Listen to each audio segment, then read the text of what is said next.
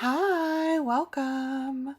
So in this video, there was some yard work happening next door and the neighbors were out. So I thought I would just do a voiceover. So this is our vegetable bed. It's about 4 feet from back to front and another 4 feet from the side, the corners there to the center aisle. And this is where the magic happens. So I'm going to be weeding today.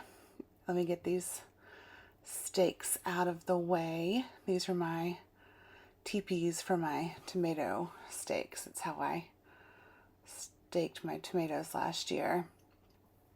My neighbor uses tomato cages, but I think it's easier to stake them with the teepees. They're really easy to move around and disassemble and put back together, and if one breaks, it's just a little piece of bamboo. So I'm going to put those over there. So now I am going to weed this area. I've got a yard cart behind me, and the method to my madness is I just make a pile where I am, so I'm not making a bunch of trips back and forth to the yard cart. The yard cart is too big to fit in the little aisle in my vegetable garden. The aisle is about 2 feet wide, and I've got a big tub that I sometimes carry around with me, especially when I'm weeding in the front or in the flower beds, but I didn't have that this time. So I'm just going to make a pile for all my little weedlings here.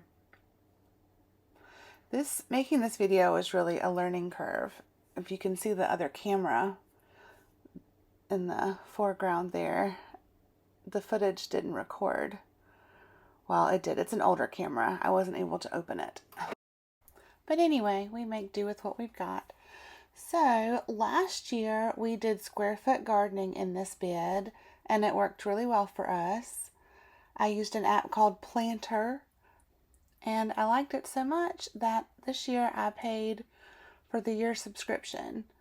So the way that we did the square foot bed was we screwed in deck screws 1 foot apart, well, every foot along the sides of the bed, and then we tied twine to them to run our grid. This year, though, I'm not going to be tying the twine and running the grid. I'm just going to be eyeballing it. It left us with a big twine mess at the end of the year, and I'm just not sure that I really need the guides this year. Over here we've got carrots planted. I planted them in February and they just popped up. I'm not sure what happened. I don't know if they didn't get enough water, if I planted them too late, maybe too early. I don't think February is too late for carrots, but they just weren't doing well. So I went ahead and pulled them out.